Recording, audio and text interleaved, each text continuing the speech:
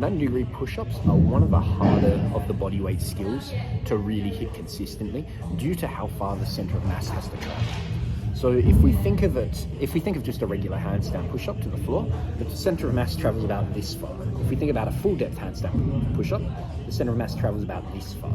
Now a 90-degree push-up, it travels from my hip to my hand, which is really, really fucking far. As well as it passes through a level of planche strength, as well as a level of handstand push-up strength, because just because one's strong, it doesn't mean that the other is strong too. It also matters how deep we go in towards it. And like most things in bodyweight training, it can go from being quite simple to go fuck yourself in the space of a couple of millimeters.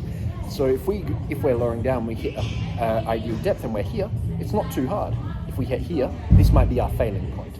And if we go there on the eccentric, then we have to be very strong to get out of it. Ultimately, we want to be able to go to the hands, to the floor, but one thing at a time. So a way that can make this much easier to get consistent reps happening is actually starting from the bottom position and pushing our way through. So we have a couple of mechanical advantages here when we start from the bottom. The first one is that we actually get to place the elbows around the torso where we want.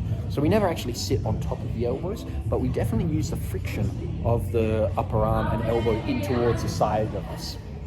So we actually get to place that in towards wherever we are most proficient at the movement, and then we can calculate and push it down as time goes on.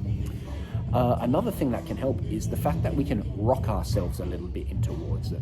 Because the feet are coming off the floor last, we can use the push of the toes to bring the shoulder weight a little bit further forward, so we can use a tiny bit of stretch reflex with the elbows in the prime spot to basically drive us from this position in towards the base of a handstand push-up before pushing our way straight.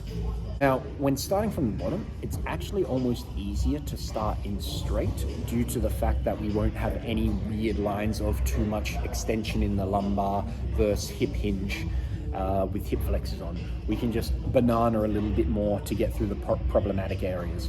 But we eventually want to learn that rib to pelvis connection, so we drive more through the delt and the chest and don't have that compensation of shooting the heels out to counterbalance and pull us up.